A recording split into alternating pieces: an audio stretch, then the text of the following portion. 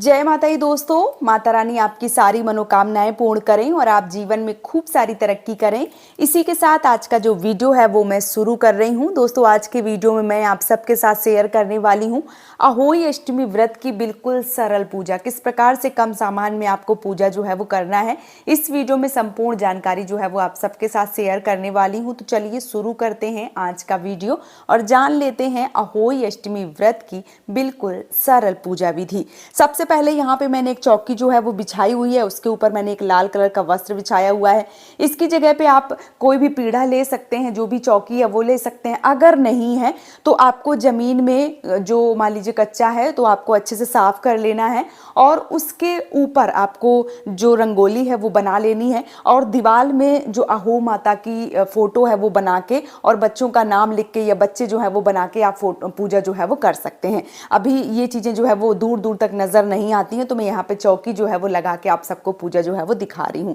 यहाँ पे चौकी बिछा के लाल कलर का जो वस्त्र है वो बिछा लिया है। इसके बाद हमें क्या करना है, इस पूजा में गेहूं का सबसे ज्यादा महत्व जो है वो माना गया है। तो गेहूं या चावल या आप चाहें तो बाजरा, धान, जैसे इस समय नई जो धान की फसल है वो आ गई है तो आप धान जो है वो भी रख सकते हैं। इसके बाद हमने थोड़े से जो गेहूं है वो लिए हैं और गेहूं का आसन जो है वो थोड़ा सा हम यहाँ पे इस प्रकार से देंगे। गेहूं का आसन देके इसके बाद हम यहाँ पे जो अहोई अष्टमी की मान लीजिए कैलेंडर या फोटो जो भी है आपके पास वो आपको स्थापित कर देना है। तो इस प्रकार से जो है वो मैंने रख दी है। इसके बाद हम क्या करेंगे, दो घट जो है वो भरे जाते हैं, दो घड़े भरे जाते हैं। बहुत सारे लोग जैसे करवा जो है वो भरते हैं, बहुत सारे लोग कलश भरते हैं। तो ये दो घट जो है वो मैंने लिए हुए हैं। एक में मैं यहाँ पे पानी भरने वाली हूँ और दूसरे में जो गेहूं है वो भरने वाली हूँ। तो भरने से पहले आपको क्या करना है, कलावा लेना है और कलावा लेके जो मान लीजिए कि गले में है, कंठ में जो मौली है बांधी जाती है, तो आप दोनों जो आपके कलश हैं, जो दो घट हैं, उन दोनों में इस प्रकार से जो है वो बांध दें। तो इस प्रकार से मैंने इसके कंठ में जो है वो बांध दिया है, साथ ही साथ इसके कंठ में जो है वो भी हम बांध देंगे। तो मौली जो है वो आपको ज़रूर बांधना है, इस बात का विशेष रूप से ध्यान रखें। तो यहाँ पे मैंने मौली जो है वो बांध दी है। जैसे कि मैंने बता दिया, आप चाहें तो स्वास्तिक बना दें। मेरे जो घट हैं वो अच्छे से रंगे पुते हैं तो मैं इसमें ज़्यादा कुछ नहीं करूँगी, मैं जो टीका है वो करूँगी। तो इसके साथ ही साथ अब हम क्या करेंगे, एक जो है घट वो हम हटा देते हैं और दूसरे घट में ये जो गेहूं है वो हम भर देते हैं। तो आपको जो गेहूं है वो भर देने हैं, या अगर आपके घर की परंपरा है कि दोनों घट में पानी भरा जाता है तो आप दोनों घट में जो पानी है वो भर सकते हैं।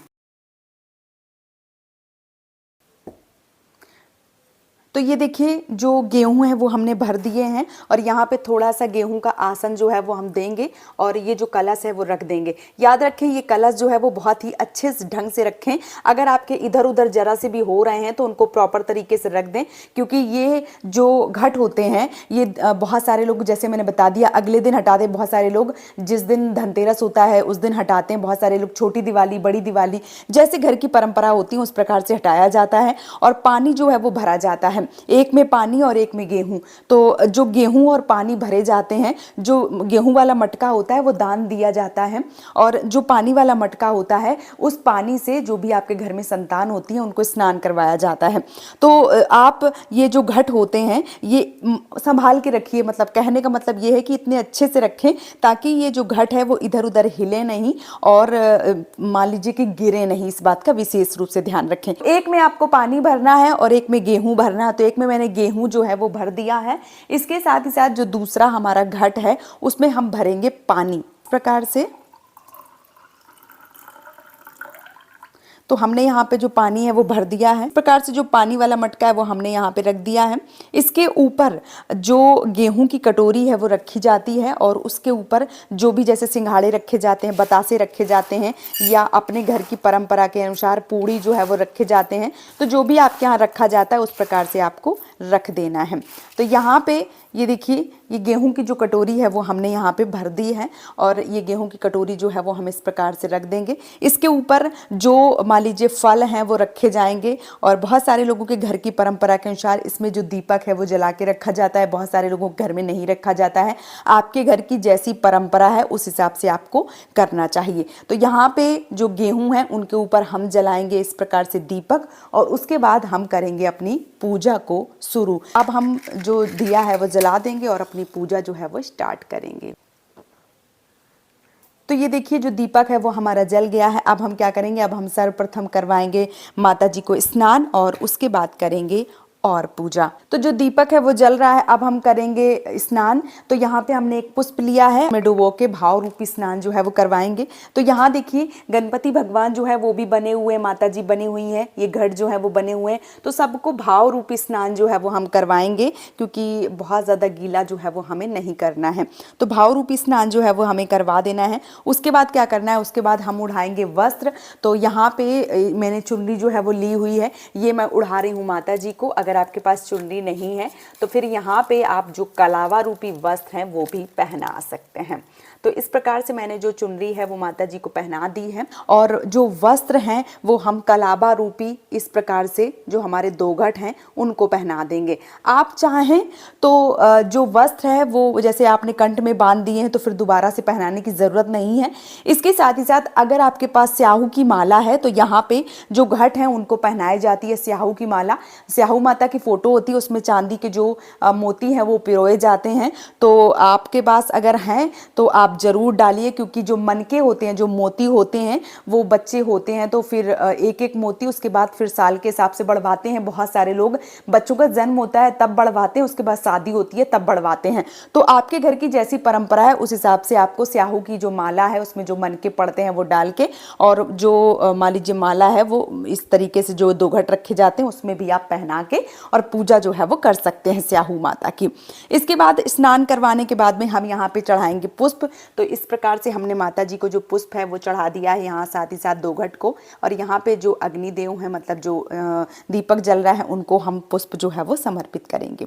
इसके बाद करेंगे हम तिलक। तो तिलक जैसे मान लीजिए कि भगवान का चंदन से, माता रानी का कुमकुम से, तो उसी प्रकार से हम गणपति भगवान को तिलक करेंगे, और जो हमारे कलश हैं उनको हम तिलक करेंगे इस प्रकार से, और उसके बाद हम करेंगे माता जी का तिलक।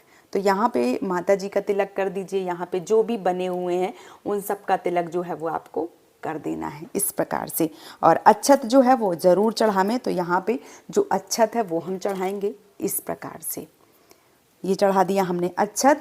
अब हम जो भी मौसमी फल हैं, जैसे मैंने बता दिया कि सिंघाड़े जो हैं वो आज के दिन चढ़ाए जाते हैं, और मुझे सिंघाड़े नहीं मिले हैं तो मैं यहाँ पे केला और जो अमरूद है वो चढ़ा रही हूँ। आप यहाँ पे कोशिश करें कि आप सिंघाड़े जो हैं वो ज़रूर चढ़ाएं। तो यहाँ पे हमने चढ़ा दिए हैं। इसके बाद जो भी आपके घर की परंपरा है उस हिसाब से आपको गुलगुले या पूड़ी बतासे जो भी है आपके घर में उस हिसाब से आपको चढ़ा देना चाहिए। यहाँ पे हमने पूड़ी ली हुई, मिठाई और जो बतासे हैं वो लिए हुए हैं, तो ये भी हम माता जी को जो है वो समर्पित कर देंगे इस प्रकार से। एकदम सरल पूजा जो है वो मैं आप सबके साथ शेयर कर रही हूँ, बहुत ज़्यादा तामझाम जो है वो आपको नहीं बता रही हूँ। इसके बाद जो आपने बायना निकाला है, जैसे सास की साड़ी या आप अपने से बड़ों को जो है वो दिया जाता है, तो यहाँ पे हमने एक बिंदी का पत्ता, साड़ी और ये 100 रुपये जो है वो लिए हैं। आप अपने सामर्थ्य के अनुसार जो है वो ले सकते हैं। तो ये मैं यहीं पर रख देती हूँ, नहीं तो फिर दिखाई नहीं देगा आप सबको। तो यहाँ पर जो है वो रख दिया है। इसके साथ ही साथ अब हम करेंगे, मान लीजिए कि जो कथा है वो करनी होती है, तो कथा के लिए इस प्रकार से किताब आती है। आप चाहें तो कैलेंडर जो नीचे कैलेंडर में दी होती है वही कथा पढ़ सकते हैं। तो कथा के लिए हमें क्या होता है कि कथा के लिए हमें जो है वो थोड़े से लेने होते हैं चावल, और एक लेना होता है पुष्प, और उसके बाद हमें सुननी होती है कथा। सुनने जो कथा है वो पूरी हो जाने के बाद में ये जो चावल होते हैं, ये जो फूल होता है वो हमें माता जी को इस प्रकार से समर्पित कर देना होता है। तो आप चाहे कैलेंडर से पढ़ लें या इस प्रकार की किताब से जो कथा है वो पढ़ सकते हैं। इसके साथ ही साथ हम करेंगे यहाँ पे माता जी की आरती, और आप चाहें तो कपूर की आरती जो है वो भी कर सकते हैं, या इसी प्रकार से धूप बत्ती की आरती करें, घंटी जो है वो ज़रूर बजावें। इस प्रकार से आपको कर देनी है आरती। और जो भी आपके सामर्थ्य के अनुसार दक्षिणा है वो दक्षिणा जो है वो ज़रूर चढ़ावें अपने सामर्थ्य के अनुसार दक्षिणा, और रख देते हैं ये पानी। और इस प्रकार से माता जी को हाथ जोड़ के प्रणाम करते हैं। हमारी पूजा में जो भी त्रुटि, जो भी गलती रही हो उन्हें माफ़ करें, और हमारी पूजा को स्वीकार करें, और हमारे बच्चे की जो आयु है वो दीर्घायु करें, ऐसी कामना करें माता जी से। और इस प्रकार से जो आपकी पूजा है वो समाप्त हो जाती है। तो उम्मीद करती हूँ सरल पूजा विधि आप सबको पसंद आई होगी। अगर आप सबको वीडियो पसंद आया है तो आप मुझे सपोर्ट ज़रूर करें, इस चैनल को सब्सक्राइब करके और वीडियो को लाइक करके। आज का वीडियो यहीं पे समाप्त कर रही हूँ दोस्तों। जय माता दी।